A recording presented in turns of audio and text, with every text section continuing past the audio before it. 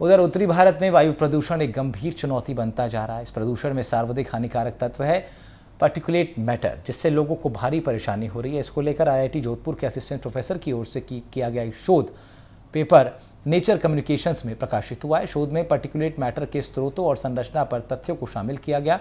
वायुमंडल में particulate matter यानी कि पीएम बनना भी चिंता का विषय है। शोध के मुताबिक वाहनों का धुआं, हाउस हीटिंग समेत और दूसरी मानव जनित कारण बताए जा रहे हैं। शोध करने वाले सह आचार्य डॉक्टर दीपिका भट्टू से हम संवाददाता अरुण हर्ष ने बातचीत की। देश भर में वायु प्रदूषण को लेकर कई चर्चाएं चल रही है। सुप्रीम कोर्ट तक चिंता जाहिर कर चुका है, लेकिन ऐसे में एसोसिएट प्रोफेसर है दीपिका भट्टू आईआईटी जोधपुर में, जिनका पेपर पब्लिश हुआ है। मैम, किस तरह से आपने इसके ऊपर रिसर्च किया और क्या लगता है ये वायु प्रदूषण फैलने का कारण क्या है?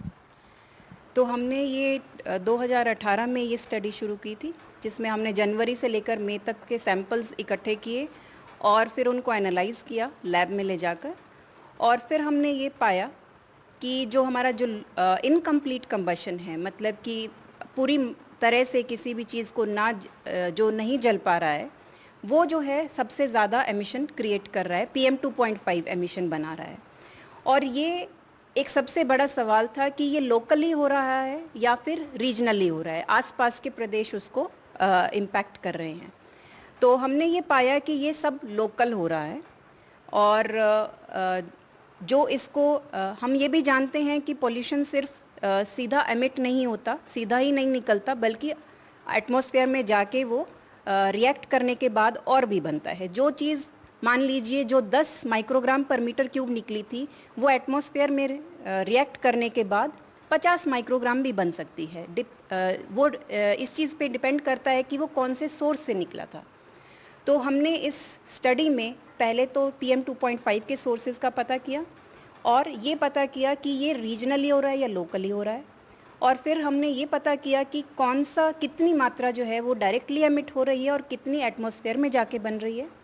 और फाइनली इसमें से जो हमारी ह्यूमन हेल्थ को इम्पैक्ट करने वाले जो सोर्सेज हैं वो कौन कौन से हैं, क्योंकि हमारा अल्टीमेट गोल यही है कि हम ह्यूमन हेल्थ को प्रोटेक्ट करें और क्लाइमेट चेंज को भी थोड़ा सा स्लो डाउन करें।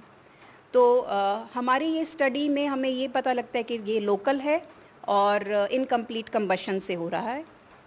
पूरा जितनी भी लोकेशंस हमने स्टडी की, तो हमें ये लगता है कि ये बहुत ही हेल्पफुल रहेगा पॉलिसी मेकर्स के लिए, for example pollution control board के लिए और सुप्रीम कोर्ट के लिए, कि किस डायरेक्शन में उन्हें मतलब स्टेप्स लेने चाहिए ताकि वो सच में PM पॉल्यूशन को कम कर सकें और साथ ही साथ जो जनता के ऊपर जो इम्पैक्ट हो रहा है, उनकी हेल्थ पे जो इम्पैक्ट हो रहा है, वो भी कम कर सकें।